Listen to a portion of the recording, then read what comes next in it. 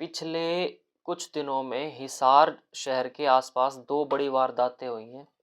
One by one ज़िक्र करूँगा और सवाल उठते हैं पुलिस प्रशासन के ऊपर और सरकार के ऊपर कि सरकार बनने के बाद भी, जबकि एक मेजॉरिटी के अंदर भारतीय जनता पार्टी की सरकार बनी है, उसके बावजूद भी एक बड़े शहर हिसार के अंदर बैक टू बैक 2-3 बड़ी वारदातें हुई हैं।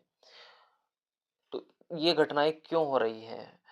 जो सोनू मर्डर हुआ था बरवाला के पास गाँव में, जिसका मैंने वीडियो भी बनाया था। उसके बाद फिर हिसार के अंदर भी एक मर्डर होता है। अब लेटेस्ट 2 मामले हैं।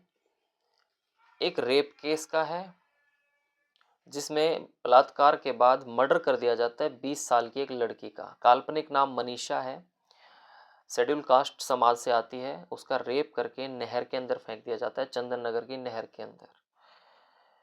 वीडियो काफ़ी चल रही हैं चैनल्स के ऊपर। पेरेंट्स बता रहे हैं कि पुलिस डिपार्टमेंट ने उनको इतने चक्कर कटाए, वो परेशान हो गए। एक तो उनके घर में मौत हो चुकी है, उसके बाद पुलिस प्रशासन भी उनका साथ नहीं दे रही है, उनको चक्कर कटा रही है। ये चीज़ें सरकार के नुमाइंदों को, मंत्रियों को, गृह मंत्री को देखनी पड़ेंगी, समझनी पड़ेंगी कि आखिर ये नेग्लिजेंसी क्यों बरती जा रही है।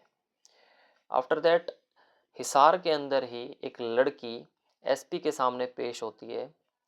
हिसार के जो एसपी हैं उनके पास जाती है कोर्ट में और आरोप लगाती है भारतीय जनता पार्टी के एक बड़े नेता के ऊपर, रेप का ही, गैंग रेप का। और वो मीडिया के सामने रो पड़ती है अपनी बात बताते बताते।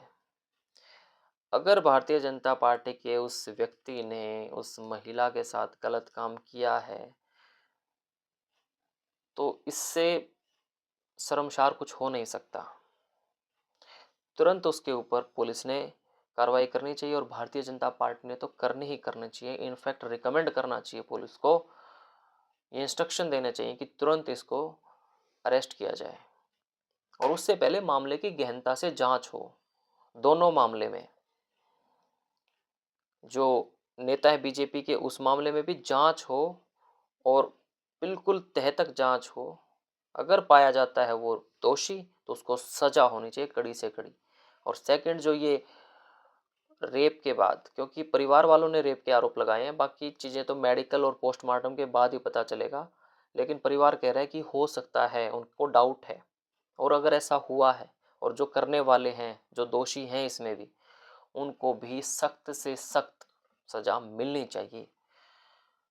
इस वीडियो को बनाने का उद्देश्य ये है कि नई नई सरकार का गठन होने के बाद भी, और मंत्रालय ही बट गए हैं, सब कुछ हो गया, उसके बावजूद भी ये चीज़ें क्यों हो रही हैं? क्या अभी तक पुलिस महकमे ने या फिर गृह मंत्री हरियाणा सरकार ने या सीएम साहब ने कोई कड़े फैसले लिए नहीं हैं क्या अपनी भारत की, हरियाणा की, शहर, प्रदेश, देश की बेटियों को बचाने के लिए? और नहीं लिए तो आखिर डिले क्यों हो रहा है? धन्यवाद। वीडियो को यहीं पे एंड करता हूँ।